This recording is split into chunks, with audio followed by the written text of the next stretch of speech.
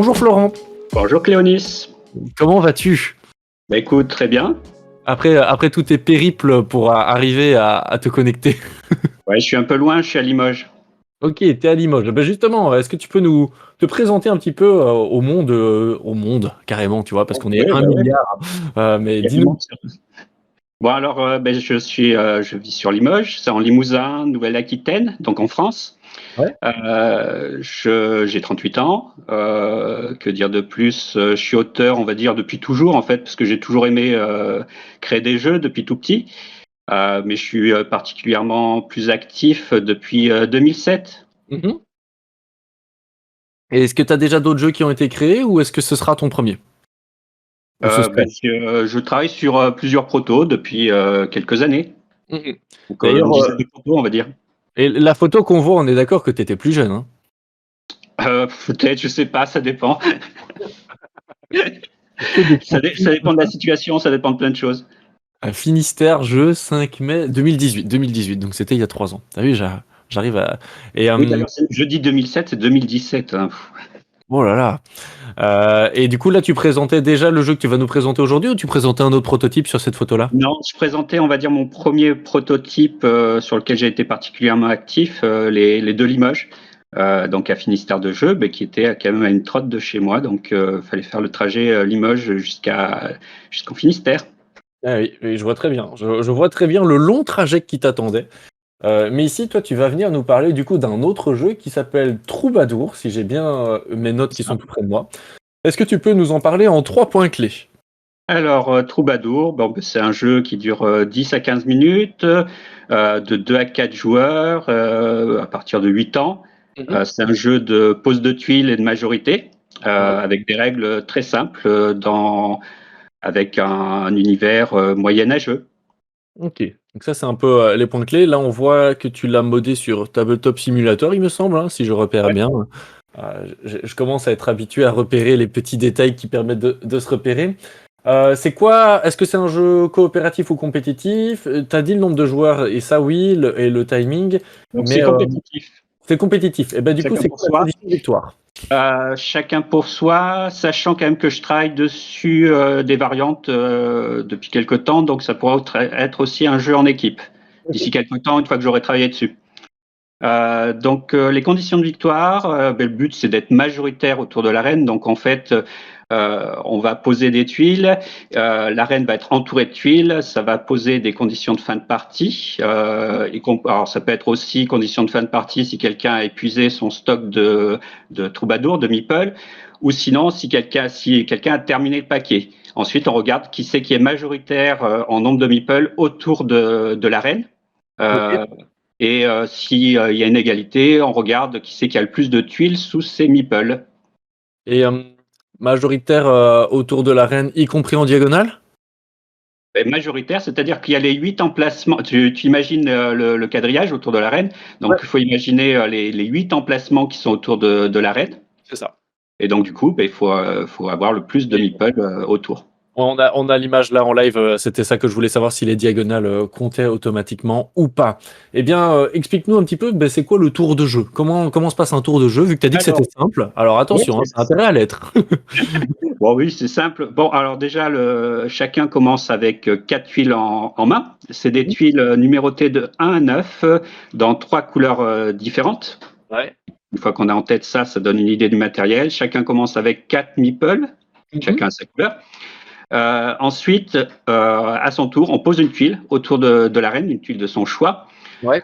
On pose son meeple par-dessus et c'est au joueur suivant. Alors bien Mhm. sûr, il y a des conditions de pose, etc., etc. Les conditions de pose sont assez simples. On peut poser donc sur les 8 emplacements autour de l'arène, à condition de respecter la règle au niveau de en adjacence. Si une tuile est adjacente à une autre tuile, il faut qu'elle soit de couleurs différentes. Ok. Voilà. Et sinon, si on pose une tuile, on peut poser une tuile par-dessus une autre tuile si elle est strictement supérieure, sachant que le 1 est supérieur au 9. Ok, donc c'est comme ça que tu joues. Donc il faut soit poser une couleur différente, soit superposer avec un chiffre supérieur de la même couleur. C'est ça. Alors, tu nous as fait un print screen où c'est pas bon. Il y a le 2 en orange et t'as le 8 en orange juste à côté là. Alors c'était peut-être pour expliquer justement qu'il fallait pas le faire. Là, j'ai pas accès au stream parce que j'évite que ça casse un peu le truc. Aucun problème. Mais oui, voilà. Ou alors tu voulais pas te montrer que le 8 allait se superposer, mais moi tu es en train de m'expliquer le truc. Tu vois que j'ai bien écouté parce que tout de suite je Et- remarque, hein. Exactement, mais c'est très bien. C'est très bien, c'est que tu as très bien compris parce que les règles sont simples à comprendre. Ok. Et donc du coup, hein, le système de couleurs, en quoi, oui, en fait, il est important en fonction par rapport aux chiffres que tu veux jouer ou pour pouvoir jouer autour de l'arène, des couleurs Alors, différentes. au niveau de quand on fait des superpositions, on peut placer une tuile de n'importe quelle couleur à condition de respecter la règle d'adjacente. Ok. Et c'est ça que je suis en train de regarder. Là, on a les meeples. Et t'es obligé quand tu places une tuile de placer ton meeple? Oui. Ok, d'accord. Tu Alors, peux pas dire je passe. sachant que oui, j'ai oublié de préciser, c'est comme ça qu'on peut remplacer aussi les meeples des autres joueurs, mais je pense que tu l'avais compris, et je pense que tout le monde a compris. Quand on fait une superposition, on remplace le meeple du joueur qui était là. Ouais, et donc du coup, tu Donc, récupères le meeple. Enfin, toi, moi, si par exemple je suis meeple jaune et que tu viens superposer avec une carte au-dessus, physiquement parlant, parce que là, nous, on voit du numérique, mais en physique, bah, c'est impossible de superposer une tuile s'il y a un meeple dessus. Donc je ouais. suppose que je récupère mon meeple. Et ça, tu récupères ton meeple et moi, je mets mon meeple à la place. Et tu parlais de placer autour de l'arène, du coup, le jeu ne s'étend pas. Donc en fait, Non, le jeu se joue vraiment sur 8 cases, 8 c'est tuiles. ça. Ok. 9 tuiles, voilà. Ouais, c'est ça. J'ai pas parlé des fausses notes. Les fausses notes, ce sont des petites tuiles qui vont pourrir la main. Ouais. Les fausses notes, en fait, on a le droit on va pouvoir les poser. On va cibler une tuile qui nous appartient. Mhm. Et les flèches au niveau des fausses notes vont indiquer les tuiles qui vont être aussi défaussées. Donc, on va Ok. défausser une tuile qui nous appartient et une tuile qui est ciblée par la flèche. Ou Ok. des tuiles qui sont ciblées par les flèches. Et quand tu dis la tuile qui est défaussée, c'est toute la superposition, l'entièreté ou juste celle la plus haute? Juste, juste la plus haute. Ah, donc parfois il y a des espaces libres qui se libèrent. Exactement. Ok, donc couleurs différentes, superposées si on a un chiffre supérieur, on place notre petit bonhomme, et je vois qu'il y a une question, on joue une tuile, on pioche une tuile, ou on a juste 4 tuiles? Je suppose que tu joues une tuile, puis tu repioches et tu refais ta main à C'est 4 ça, tuiles. c'est ça. On joue une seule tuile et après, c'est au joueur suivant. Donc, on pioche une tuile pour compléter sa main. Toujours jusqu'à 4. Et la Ouais. partie prend fin à quel moment, rappelle-moi? Alors, la partie prend fin si l'arène est entourée par 8 tout autour. Ouais. Ou alors si le paquet est vide, ou Mhm. alors si quelqu'un a posé ses 4 meeples, ses 4 troubadours. Ah oui, d'accord. Donc si j'arrive à poser mes 4 meeples, je gagne la partie. Exactement. Ok, super. Où est-ce qu'on peut te retrouver par rapport à ce jeu? S'il y a un endroit, comment est-ce qu'on peut te suivre et c'est quoi le futur du jeu? Alors, je suis sur Instagram, je suis sur Facebook. Donc, Instagram, vers chez moi, VERTCHZMOI. Ou Ouais. alors sur mon blog, on peut chercher blog vers chez moi assez facilement. Je pense que tu as mis l'image où il y a. Voilà. On a mis ton Euh, Instagram sur, là, j'aime bien le jeu de sur mots. Facebook, avec mon nom, on peut me retrouver assez facilement, je pense aussi. Voilà, mon avenir proche, enfin proche, plus ou moins proche. Ce jeu intéresse des éditeurs, donc on verra ce que ça donne dans quelques temps. Mhm. Voilà, que dire de Ah, plus? Je continue à travailler sur d'autres projets. ok, ok. Tu es en cours de discussion, donc peut-être que ce jeu, bah, on le retrouvera l'année prochaine ou dans quelques Exactement. années dans nos boutiques. Là, nous, on avait ton Instagram vers chez moi. Il y a ça vient d'où ce pseudo ou ce jeu de mots? C'est mon côté un peu écolo, on va dire. Ok, d'accord. Je voulais savoir un petit peu si vers chez moi. Ok, pas mal. Voilà. Euh, Pourquoi est-ce que tu as créé ce jeu-là? Est-ce que c'est quoi l'idée mécanique de base qui t'est venue? Comment est-ce que s'est passée la création? Alors la création, c'était pour participer à un concours qui est par chez moi, Mhm. anciennement le Panazol Joue, Ok. qui était un concours plutôt à destination d'un public familial. Et Mhm. donc jusqu'à présent, j'avais plutôt été sur des protos experts. Mhm. Et j'ai voulu me lancer dans l'aventure de créer un proto familial, rapide, facile à faire. Donc ça a été un défi que je me suis posé de faire ça parce que c'est pas forcément évident. Il avait une autre thématique à l'époque. une OK. thématique cauchemar, on va dire. Et tu l'as retravaillé pour une Et je l'ai thématique. retravaillé il y a à peu près 1 an et demi sur la thématique. OK, OK. Beh, du coup, j'ai quasi toutes mes infos, hein.